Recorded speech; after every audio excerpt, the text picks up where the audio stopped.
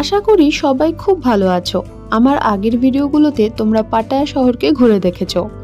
এখন আমাদের গাড়ি পাটায়া থেকে ছুটে চলল ব্যাংককের দিকে।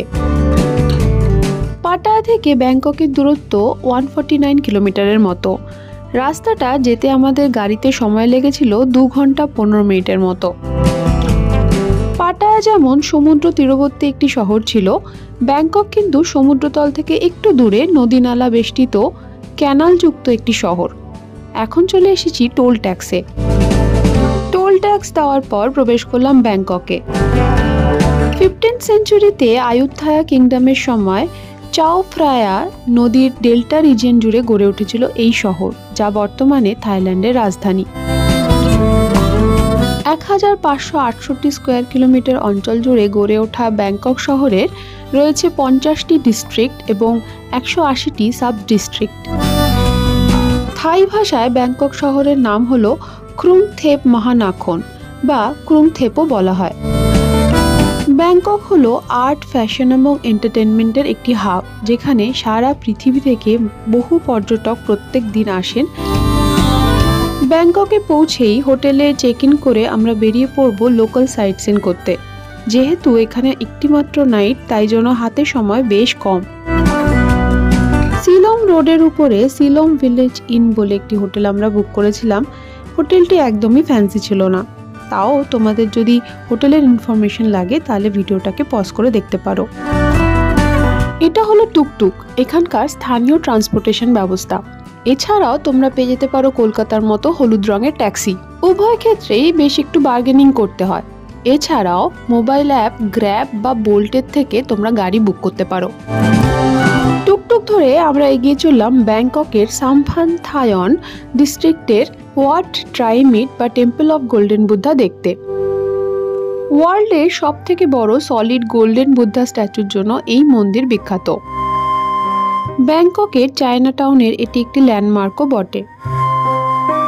1940 সালের আগে পর্যন্ত এই মন্দিরের নাম ছিল ওয়াট স্যাম চিন তাই, যার অর্থ হলো south temple of 3 Chinese friends. মনে করা হয় 3 জন চাইনিজ বন্ধু মিলে এই মন্দির আবিষ্কার করেন এবং লোকসমাজের সামনে আনেন। 1940 সালের 3 ফেব্রুয়ারিতে এই মন্দিরের নামকরণ করা হয় সুখোথাই ট্রাইমিট গোল্ডেন বুদ্ধা টেম্পল। এর মধ্যে ট্রাইমিট কথার অর্থ হলো 3 বন্ধু, আর সুখোথাই ডাইনাস্টির সময় তৈরি করা হয়েছিল বলে এইরকম নামকরণ করা হয়। মাথা পিছু 100 ভাট করে টিকিট কেটে এই মন্দিরে ঢুকে পড়া যায়। বৌদ্ধের ডিম্বাকৃতি মাথা দেখে মনে করা হয় সুখোথাই ডাইনাস্টির সময় 13th সেঞ্চুরিতে এই মূর্তি তৈরি করা হচ্ছিল, যা পরবর্তীকালে 1403 সালে আয়ুথায়া ডাইনাস্টিতে স্থানান্তরিত করা হয়।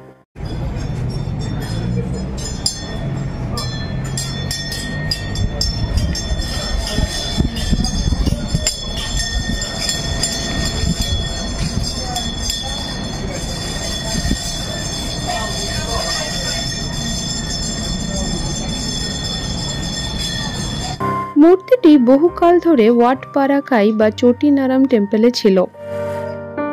চটি নারাম টেম্পল কালগর্ভে পরিত্যক্ত হলে 1935 সালে মূর্তিটিকে ট্রায়ামিট গোল্ডেন টেম্পলে স্থানান্তরিত করা হয়। 15 ফিট 9 ইঞ্চি লম্বা এবং 12 ফিট 5 ইঞ্চি চওড়া, 5.5 টন সোনা দিয়ে তৈরি, প্রায় 700 বছর পুরনো এই মূর্তির বর্তমান বাজার মূল্য 28.5 মিলিয়ন পাউন্ড। শত্রুদের নজর থেকে বাঁচাবার জন্য এই মূর্তি প্রায় 200 বছর স্তূকো, কালার গ্লাস এবং প্লাস্টার অফ প্যারিস দিয়ে আবৃত ছিল। 1955 সালে মূর্তিটি ভিহারা বিল্ডিংয়ে স্থানান্তরিত করার সময় কিছু প্লাস্টার সরে গিয়ে সোনালী অংশ জগতের সামনে প্রকাশ পায়।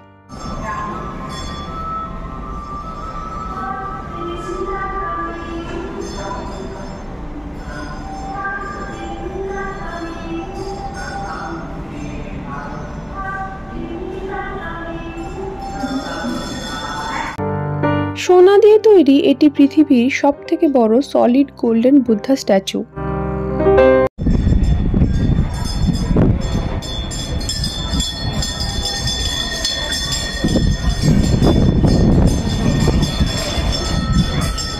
ভাবতে অবাক লাগে যে ওয়াট ট্রায়ামিট একসময় সামান্য একটা প্যাগোডা ছিল, এবং প্লাস্টার অফ প্যারিসে আবৃত এই মূর্তিটি একটি সামান্য টিনের ছাদের নিচে প্রায় 20 বছর এমনিই পড়েছিল।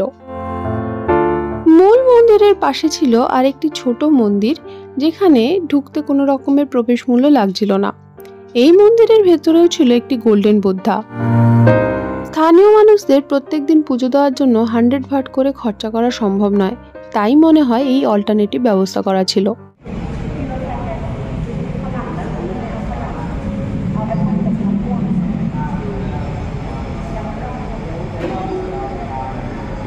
হাতে সময় কম থাকায় আমি শুধু 4th ফ্লোরে সোনার মূর্তিটি দর্শন করেই নেমে এসেছিলাম। তোমাদের হাতে সময় থাকলে তোমরা যেতে পারো 3rd ফ্লোরের এক্সিবিশনে। সেখানে আমি যে হিস্ট্রি তোমাদের বললাম তারই নিদর্শন রাখা রয়েছে প্লাস্টার অফ প্যারিসের টুকরো, যা দিয়ে মূর্তিটি আবক্ষ আবৃত ছিল।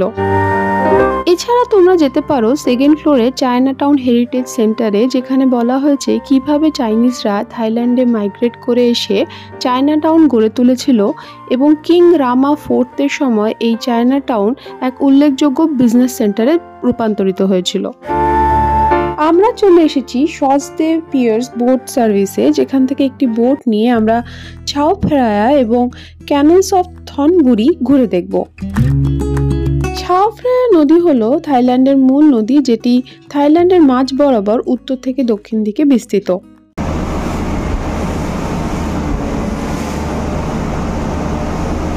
19th সেঞ্চুরিতে রাস্তাঘাট বানাবার আগে এই নদীপথই ছিল যাতায়াতের একমাত্র উপায়। সেই জন্য ব্যাংকককে ভেনিস অফ ইস্টও বলা হয়।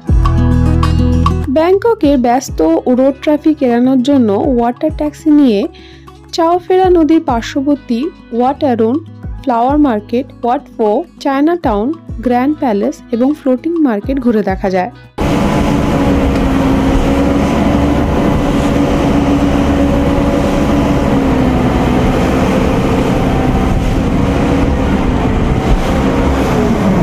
আমি তোমাদের সাজেস্ট করব ম্যাক্সিমাম ট্যুরিস্টদের মতো খাও সান রোডেই হোটেল নিও।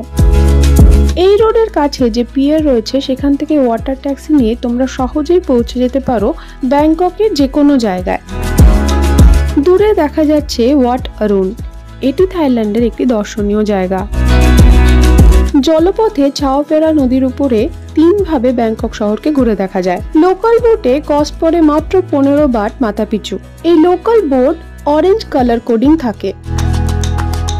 এছাড়াও রয়েছে ট্যুরিস্ট বোট, যেখানে ব্লু কালার কোডিং দেওয়া থাকে। ট্যুরিস্ট বোটে 2 রকমের টিকিট পাওয়া যায়। এক 50 ভাটের একটি টিকিট, যাতে করে পুরো ছাও ফ্রায়া নদীটি একবার তুমি পরিক্রম করতে পারো। আরেকটি রয়েছে 180 ভাটের একটি টিকিট, এতে করে একদিনের জন্য যতবার খুশি নদী পরিক্রমা করা যায়, যেখানে খুশি নামা যায় এবং দর্শনীয় স্থানগুলো ভিজিট করা যায়। আমার মতে প্রথমবার যদি ব্যাংকক গিয়ে থাকো তাহলে এই 180 ভাটের টিকিটটাই নেওয়া ভালো। এছাড়াও রয়েছে লং টেল বোট, যেটিতে করে তোমরা যেতে পারবে ছাও ফ্রায়া নদীর সাথে সংযুক্ত বিভিন্ন ক্যানালসগুলোতে। এখানে স্থানীয় থাই মানুষদের জীবনযাত্রা এখনো অপরিবর্তিত রয়েছে। এখানে এলে তোমরা দেখতে পাবে স্থানীয় মানুষদের দ্বারা তৈরি ফ্লোটিং মার্কেটও। লং টেল বোটের কস্ট ছিল সবথেকে বেশি, পার বোট 1000 ভাট করে কস্ট পড়ছিল। ব্যাংককে ঘোরা বা কোনো রকমের অ্যাক্টিভিটি বুক করার জন্য তোমরা ক্লক মোবাইল অ্যাপটাতে যেতে পারো। আর গাড়ি বুক করার জন্য গ্র্যাব বা ইনড্রাইভ বিশেষ জনপ্রিয় অ্যাপ।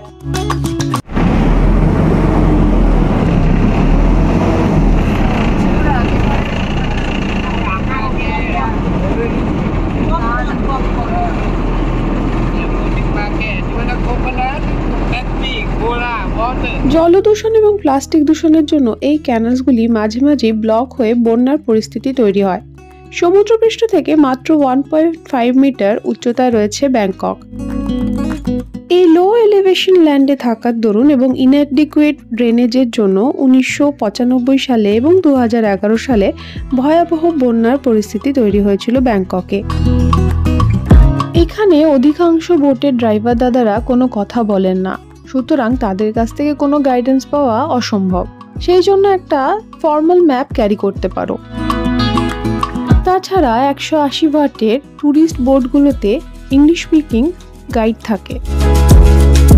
বোট থেকে অনেক প্যালেস, মন্দির প্রভৃতি দেখতে পাচ্ছিলাম। সেগুলোর পরিচয় অজানাই থেকে গেল। আমার সাথে ব্যাংকক ঘুরতে তোমাদের কেমন লাগলো অবশ্যই কমেন্ট করে জানিও। ভিডিওটা ভালো লাগলে একটা লাইক করে দিও। ভিডিওগুলো ইনফরমেটিভ মনে হলে বন্ধুদের সাথে শেয়ারও করতে পারো। আর আমার চ্যানেলে নতুন হলে সাবস্ক্রাইব করতে ভুলো না। আমাদের বোট এসে ভিড়ল রজনী পিয়ার্স বা রজনী ফেরিঘাটে। সাম্প্রতিককালে হওয়া দোতলা এই ফেরিঘাট থেকে খুব সহজেই পায়ে হাঁটা পথে পৌঁছে যাওয়া যায় গ্র্যান্ড প্যালেস এবং রিক্লাইনার বুদ্ধা বা ওয়াটফোতে। এই ফেরিঘাটের নিকটবর্তী মেট্রো স্টেশন হলো সানাম চায়ে এমআরটি। এই ফেরিঘাট বা পিয়ার্সেও তোমরা পেয়ে যাবে লং টেল বোটের সার্ভিস।